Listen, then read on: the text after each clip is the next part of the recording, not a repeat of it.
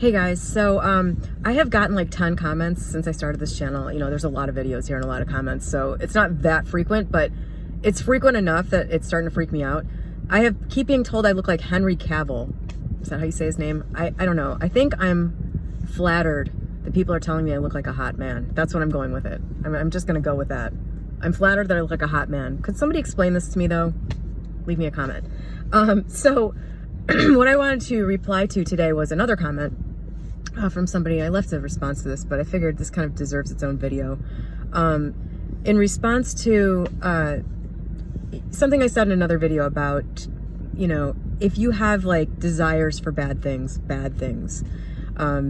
that basically is a desire coming from you, coming from like the level that you're at, and sort of the karma of that. What ends up happening from that is that, you know, while you have this bad desire for another person, you are a person who can desire bad things for other people, and that ends up creating itself in your own world, because you're operating from that level all the time through all the other things that you're creating in your life. So this is Neville Goddard, by the way. I don't know if anybody has put two and two together about that. I didn't get it from Neville Goddard, but this is sort of a logical thing that makes sense to me. But Neville Goddard, you know, he said, if you wish something on someone that they could not wish for another person, it basically comes back to you. If you wish something ill on somebody else, but they're not a person who has that level of whatever, and that, you know, that capacity to wish ill on another person, they will not accept that from you, and it will not manifest itself in their mentality or their world. And people are always very confused about that. What does that mean that, you know, you can't wish something for someone else that they couldn't wish for someone else? That's what that means. So anyway, the comment that I got was, you know, how do I stop that, essentially? If I have a desire for something, and this person's example I don't consider to be a deep, dark desire. Their example was, you know, I want my ex to, I want to run into my ex. I have like a fantasy of running into my ex so that they can see how well I'm doing. Like they can see how successful I am or how good I look or whatever. Sorry, I already blanked on the details of the comment. But I don't consider that to be a deep, dark desire. However, it is, you know, it is a good example, I think, of this.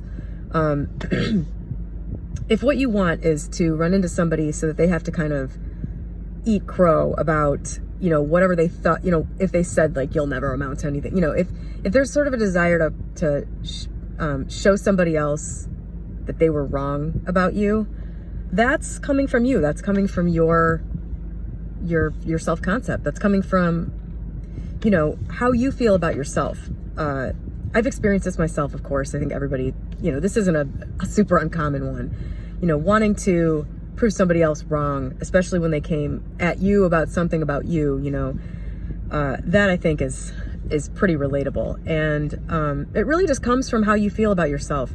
When you get to the point where you're really comfortable with yourself, I think the tendency is naturally to just sort of have a softer approach to all things like that. You know, you start to see people differently. You start to see that person that said those things as having come from their own place of, you know, being damaged or broken or whatever, not having fixed that yet. It just all starts to kind of, the ego aspect of this just sort of falls away more and more. And, you know, I don't know if you ever fully rise out of it. I don't know. I'm not there if you do. But I have noticed over the years, this has gotten, you know, way. First of all, if you're already at the place, like if you're thinking you would want that to happen, and you're not already at the place where, you know, you'd be ready for that to happen right now, this is an easy one. Just don't think about it and just get to the place where that place that you're envisioning in your mind. Get to that place where you're successful and you look great and you're happy and all the things that you want for yourself. I think you'll find that when you're at that place, you might not have the that feeling of vengeance, or, you know, whatever, the mild feeling of vengeance that is towards a person in the past that, you know, you matched up with when you were both at a lower level of consciousness, or however you want to put it. So just get there. That would be my answer to that. If you're not already there, get there. And I think you'll find that you're perception about that changes somewhat. And if you are there, you get there and you still kind of feel that, I think you really need to forgive that person and forgive yourself. I think forgiving yourself is the big one. You know, it can be really difficult to look back on where you've been in the past and not beat yourself up about it. You know, just to think, oh, it would have been so great if I was just in the where I am now then, or, you know, just looking at dumb things that you did from a lower state of consciousness or embarrassing things that you did, and just kind of like feeling a sense of regret and, you know, all those accompanying emotions that come with looking at things you did from a different state. And I have a video on here, which I'll try to find. You know, I think it really helps to look at your previous self that was in a state that is embarrassing to you now. Look at it as a different person that you were occupying. You know, look at yourself as the I am consciousness, and look at your human as being a separate work in progress from that, and just go, okay, that was a different version of my human. It wasn't me now. You know, don't identify with being that person. Think of it as a different person, and just forgive that person. You know, if you met another person right now from where you are and you're in a better place, you're in a higher state, if you met somebody who was in the state you were in then, you would probably feel a lot more sympathy for that person, a lot more empathy, a lot more forgiving, you know, if it wasn't something that you identify with. So try to view it in a different way. Try to look at it in a different way. It makes it a lot easier to let it go. And the real key to this is doing it over and over again. You know, you can't, for a lot of these things, I don't think it's just a one and done.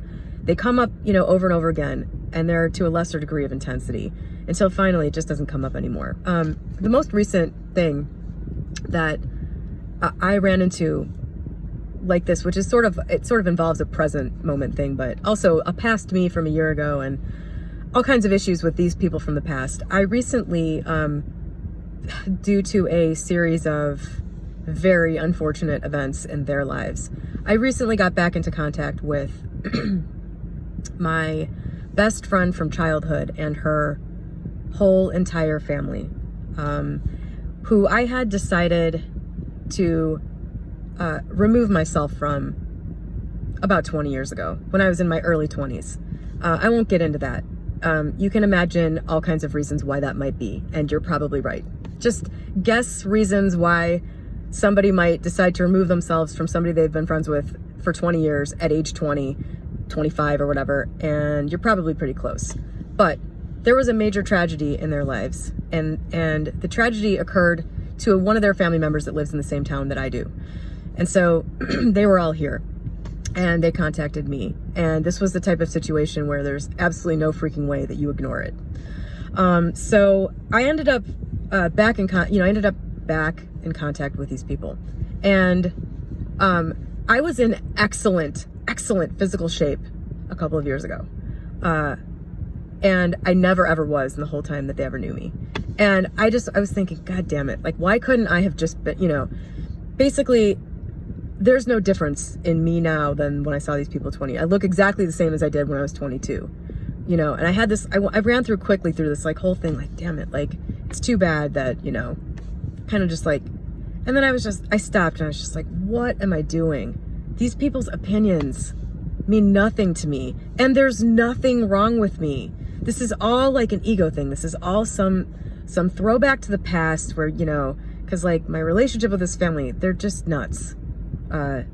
And, you know, it was a situation that I definitely needed to remove myself from. And so, of course, there are all kinds of things like that, like, you know, fights that we had, and like, and by the way, this whole family was like, it wasn't like I have the one friend. Like, the whole family was like my friend. They were just nuts. All of them, all the siblings and the parents and everything. It's just nuts. And so there were all kinds of incidents, you know, from 20 years and during formative years where you do stupid shit, and just, there was a lot in that for me to want to show people up on, if that makes sense. Same for my friend, you know, she had a lot to overcome too, and she's still trying to prove herself to people. People still, you know,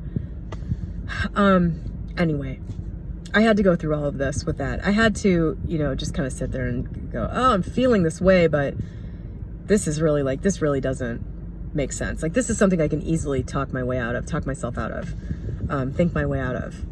And I did. And the thing is, I think when you have something like that that comes up, you just have to sit with it for a minute and have a little conversation with yourself and talk some sense into yourself. And, you know, eventually you'll hit on the right thought or the right words that undo the feeling. And then you're back to, you know, you're back to your baseline of wherever you are, you know, with wherever you are with yourself, hopefully in a good place. You return to that place, and let go of the, you know, and this is not easy. This is not easy. You know, this gets a lot easier after spending a lot of time on it. You know, this is kind of thing. It's like playing the piano, you know. You got to practice at it. You got to do it regularly. You have to, when it comes up, you have to address it. You can't let it slide.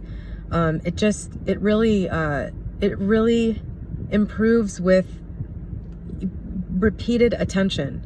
And so that's really the best advice I can give about that. And I do have a lot of experience with that. I have a lot of incidents that have come up, you know, where I've had to, in the last few years, where I've had to think about it and think about why am I having this reaction and what needs to be changed in my head about this, not in reality. And you do that enough, and you end up being in a state the majority of the time where you don't have those feelings. You do that enough with those things, those particular things that come up, and then eventually when they come up, they don't even cause a ripple. It's just something that you kind of go, oh, that thought came up, or it stops coming up altogether. So for the question about the ex, just to conclude this video with the topic of the video, you know, I would forgive yourself, and you have to come up, you know, you have to think about how you're going to do that. Come up with the words that actually cause a change in feeling in you, because if you just think things and they don't create any you know, reaction physically, like, you know, the kind of thing that creates in the outer world comes from feeling. If you don't get that sense of something unclenching, or, you know, some shift in your solar plexus, your gut, and by the way, this may not be this way for everybody, this is what it is for me. If you don't get that, then I don't think the thoughts are very effective. You know, the feeling is what underlies everything, and I think creates in a way that we can't always, you know, understand through us, but in a way we can't always understand. So find the words that release you from that feeling. Find the understanding that releases you from that feeling. And if you can't come to it on your own by thinking about it and trial and error, you know, throw some shit against the wall and see what sticks in terms of things to say to yourself. You've found the right thing if it causes the shift, even if it seems completely unrelated. If you find the thing that makes you relax about this topic, you have found the thing that is the cause of it. And if you can't do that, if you can't just come on that on your own, intend for it. Just, you know, to get meta, just intend to know. You can use your intentions for anything you want, and in my experience, if you ask for it, it will be given to you.